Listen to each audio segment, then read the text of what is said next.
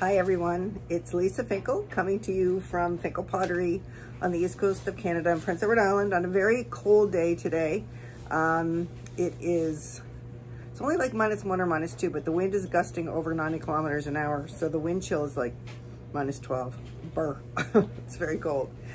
So today I have a very short kiln opening to show you some stuff that's come out of the kiln for gifts. Last one before Christmas. I'll be doing one more quick kiln, but it's all multiples of what I'm showing you today, so I won't bother doing another video. And towards the end, I just have a little gratitude expression after I show you some of the stuff that came out of the kiln. So let's get started. First off is these are French onion soup bowls. So when I designed these, my sister and her husband, I've already made them some plates, some bowls, etc. And I said, if Santa's listening, what might you like for a Christmas gift? And they mentioned French onion soup bowls, and they make the best French onion soup ever. So I wanted to design something that would match their bowls and plates, etc. that they have already. But I wanted something that would also be functional in the oven. So if you look, it kind of goes straight.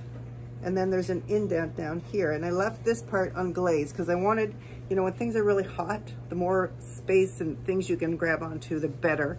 As well, I put a little handle here and then a little knobby here so that if you're grabbing it from the oven with mitts, you've got things to hang on to. The inside, so this is on Tucker's Dark Mid-Cal. I took it out so I could tell you guys. Dark Mid-Cal 5, it's a grogged clay. I do not advertise my pottery as being oven safe. When people ask me that, I'm too big a chicken. So I just say, I don't make it for the oven. But that being said, we use it for the oven in my house all the time. And my sister uses her pottery in the oven all the time too. Of course, thermal shock are the things you need to avoid because this is not flameware. It is grogged though, so that helps some. So typically what you would do with something like French onion soup, which is in the recipe anyway, is you would fill the bowl with hot soup first, then the bread, then the cheese, and then put that under the broiler. So the hot soup going into the bowl brings up the temp so that you don't have as much thermal shock. The inside is pearl white. And I think I first got onto pearl white from the Happy Homesteader, who loves pearl white, I believe. And wowza, it breaks so nicely on texture, doesn't it? So then the lip is pearl white. And then I did a band of my studio green, dipping it this way because I waxed the bottoms. And I left a little space in the middle, and I did that with my studio blue. I actually took a sponge and sponged around about 3 times. It's actually a dipping glaze, but sponging it seems to have done the trick. So I made a set of 6 of those. I won't show you all 6, but I'll show you a couple. So here's another one. And, you know, in hindsight, if I was going to do this again, I might have put a little more pearl white on the lip so I get a little more running. But, you know, when it's a Christmas gift and it's this close to Christmas, you tend to play it a little bit safer with your glazes because I had no time to refire. So I'm really pleased with these. I think they turned out really pretty. The studio green on the white clay is very kind of almost an apple green, but on this dark clay, I call this vintage green. It turns into this really mottled, avocado-y, vintagey green. I made this little snowman plate for my granddaughter. It says, let it snow. I think we got a little glare there, but, and this, I believe, was the Spectrum Soft Blue, and it burnt out. That's fine. She won't care. She's 3. She'll love the snowman. So the snowman himself was done in Emiko Snow Celadon. I think the hat was fire brick, and then the nose was just an underglaze. Cute. Cute, cute, cute. I also made her just a little cup. She's only 3, so her hands are tiny. So this is just a little snowman. This is wasabi, just clear inside. And then snow on the snowman, underglaze. This is Mako Designer Liner, which I thin a tiny bit with water and make the dots because I find it pops out if I leave it too thick. And this is the fire brick with, I'm not sure what that is. It's a blue. Not 100% sure on that one. I'm sure all of you are starting to hit the wall for remembering what's what. I made a few spoon holders. These make great little gifts. So this is all in the Tucker's Mid-Cal 5. I think everything I'm showing you today, excuse me, is on the Tucker's Mid-Cal 5. So this is Spectrum Sangria. Look at that on the dark clay. I know I've shown you that before, but it just amazes me how pretty that is, how vibrant. This one is Coyote Antique Pearl. So Coyote Antique Pearl on white clay is, in my mind, is a blah. But on dark clay, it sings. So kind of like pearl white, but it's got a lot more beige in it, but then blues where it's breaking, where it's thin. So that's pretty. And this would be the pearl white. And then this one would be the Spectrum Cactus. So their glazes, those floating glazes, do so nicely on dark clay. Quite lovely. I made this for a gift for a family member. So the transfer is Ceramica Transfers. It's Fire Brick Red, Deep Sienna, and then my Temuku Gold on the bottom. Now this is a refire. The first time I fired it, it came out really, you could hardly see this leaf. So I read the package and should have read the package first, and it recommends covering their transfers if you're not going up to cone 6, and I was only at 5.5. So I just covered that with a clear, I think Amico Mixing Clear, and then I refired it. So it's a little darker than the first round, but I kind of like it because it looks really, really antique-y. So I did two, one in that color, and then this one also by Ceramica. And this one would be my Studio Green, which also fired out a bit in the second with some flux, and the flux turns turquoise. It was much more vibrant the first round, but still very antique-y looking. And then this would be my Temuku Gold, which likes to be thick. And then this is just where the two met, the interaction of the Studio Green and the Temuku. So that looks nice too. Then I made my daughter and her husband a Christmas / housewarming gift. They just bought a new house. She loves purple. So I've made her a dinner set, and all in the Mid-Cal 5. And just with my little stamp on the back. Oops, upside down. There we go.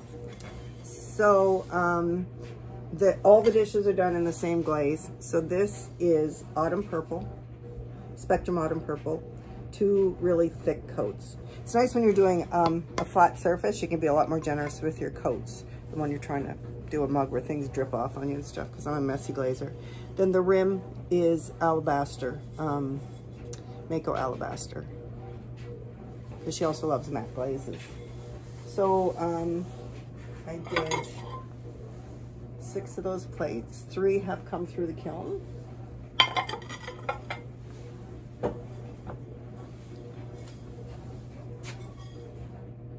And when I made these plates, I've made plates a lot of times before, and I really struggle with that whole wiring them off, popping them off. Oh, it's just painful. And I watched a video, and I'll link it below because I cannot remember his name. He's from Denmark, I believe. And he talked about an easy way to do dinner plates. So you get a wooden bat, one of those Masonite wooden bats.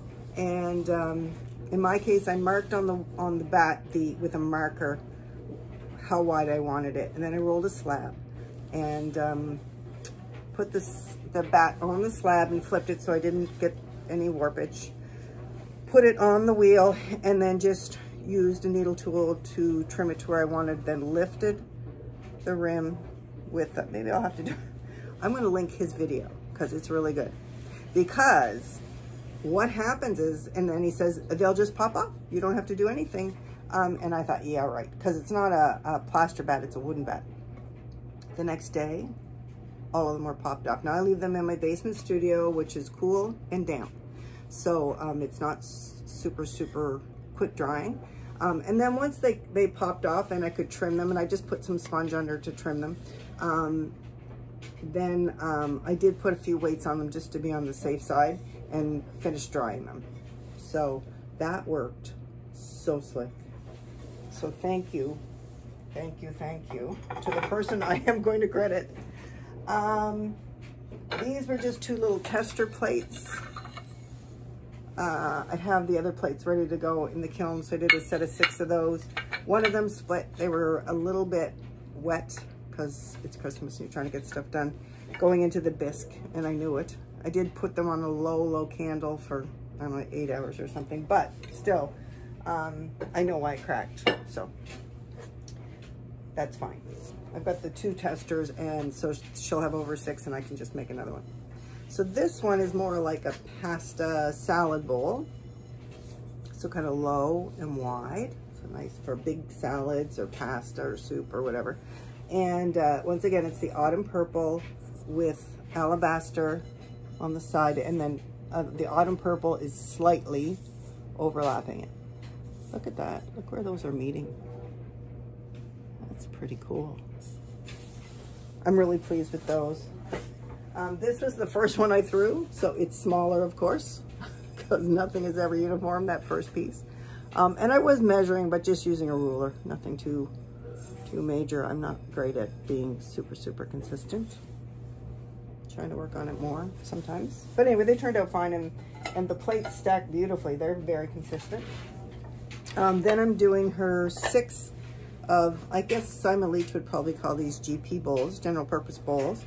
They're a nice size for cereal or a side salad or soup or whatever. And once again, autumn purple, and then alabaster and autumn purple. And that is quite nice. That would be pretty on a mug, I think. When that autumn purple's hitting the alabaster, we're getting a little bit of pink happening. And then I just did a few little just dippy bowls or whatever. They're nice to have around your kitchen. Nice to have them match. I wanted to end my last video of the year with a little shout out to some of my fellow potters and YouTubers. As we get to the end of the year, we start to reflect on the year past and think of the year forward. And I know for me, I have a lot of gratitude in my reflection. And I've learned a lot on YouTube. Holy cow. So I did belong to a co-op several years ago, but it's like an hour away from me. And it just wasn't feasible, so I have a home studio now. So you're kind of working in isolation. So that YouTube connection is so amazing, and people are so generous. Potters are so generous with their techniques and their style. So I just wanted to shout out to a few of my favorites and why they're my favorites, and maybe you follow them, but if you don't, give them a look. There's lots of others out there that are absolutely amazing, but these are kind of my go-tos, or the people that make me giggle or smile or make me feel connected or whatever. So first one would be Hubble Creek. Tiffany at Hubble Creek. Holy cow, Tiffany, she is amazing. The amount of stuff she pumps out is incredible. She is such a skilled hand builder and shares all her techniques. She has just the nicest personality. Her kindness shines through, and I really, really enjoy watching her. Sarah Walton, fellow Canadian, just got a new kiln. Oh my gosh, I love watching her. Such great energy. The pink lady is what I think of her in my head. She wears a lot of pink, and she does other amazing glazes too, but she does love her pink, don't you, Sarah? Very appreciative of Sarah and all the things she shares. Mud Magic. Now this is what I think is so cool about YouTube. These guys are out of Australia. 2 friends that are making pottery, and they're like a buddy movie. They just have so much fun together, and they're learning. So you're seeing their learning journey, and they do some beautiful, beautiful, beautiful work, and they're always challenging themselves to do new things. So they're great inspiration in that way for me. Vaughn Smith is amazing. He's probably one of the most skilled potters out there. He is from Nova Scotia. I went to visit his studio a couple of years back. He's a lovely, lovely man, and is just sharing all his knowledge with the world, and is very specific in his techniques and gives you lots of new things to try. So Vaughn, very appreciated all the things that you do. Audrey Lynn Studios. Connected with Audrey this year. She's a fellow Canadian. And, you know, we've had some back and forths about techniques and glazes and all those things. And she's a very, very talented potter out of BC. So thank you, Audrey, for the feeling of connection and the sharing of information. We may be doing something in the new year together. We'll keep you posted. Sally Roper. Sally is out of Jamaica, I believe, and I just love dreaming about making pottery in the tropics or in the Caribbean.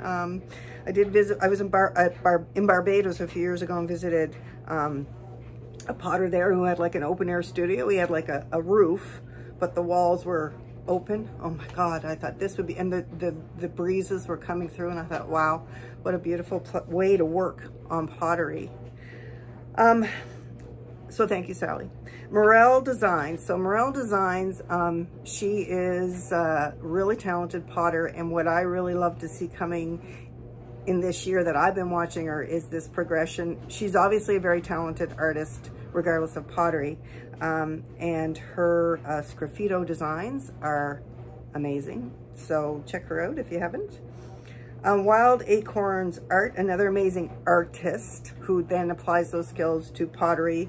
And she seems to be a kind and funny person who is willing to share her knowledge. She has lots of animals, which touches my heart. So thank you, Lisa. Her name is also Lisa from Wild Acorns Art. Monique from New Kai, I'm probably saying that totally wrong, New Kai Ceramics. And they're in Bonaire, which I think is close to, it's in the Caribbean, I believe. And she just has a lot of really fun energy and does some really, really cool projects that she shares with you. So some really funky stuff. Happy Homesteader, just started watching her not too long ago, and she does some beautiful, beautiful glaze work, and also shares her work with everyone. So that's very appreciated. And she has lots of dogs, which also touches my heart. And finally, we've got Dollface Pottery, and she is out of Newfoundland, and does some amazing hand-built mugs and work like that. And her glazes are quite lovely, and hers often have a real ocean theme, which is relevant to me because I live on an island. So I just wanted to reach out and thank all those potters out there that are so willing to share their techniques and recipes and all those things with me and with all of you. And I've learned so much from them. And finally, I want to thank all of you that watch my videos. It is so appreciated. It makes me feel connected, makes me feel like I'm not working alone in my little studio. Some of you are really awesome to comment and give feedback, and I appreciate all the feedback no matter what. And if you have anybody that you think should get a shout out, feel free to do so in the comments. It's not that this is not a comprehensive list. These are just kind of some of my favorite go-tos that when they drop a video, I'm like, yay, I'm going to go watch this video because I know I'm going to learn something. So anyway, have a safe and happy holiday. I'll see you on the other side. I think my first goal for the new year is to take you through a quick video on how to make a very simple glaze. For those of you that are going to make a New Year's resolution to try to make a glaze in the new year, those of you that are doing a lot of, and some of you are going to brush on forever, and that's awesome. But if some of you are there saying, man, I just want to make a glaze so that I can at least get started and maybe save a little money or save a little time, that's my first goal of the new year. So anyway, have a safe and happy holiday, and I'll see you in the new year.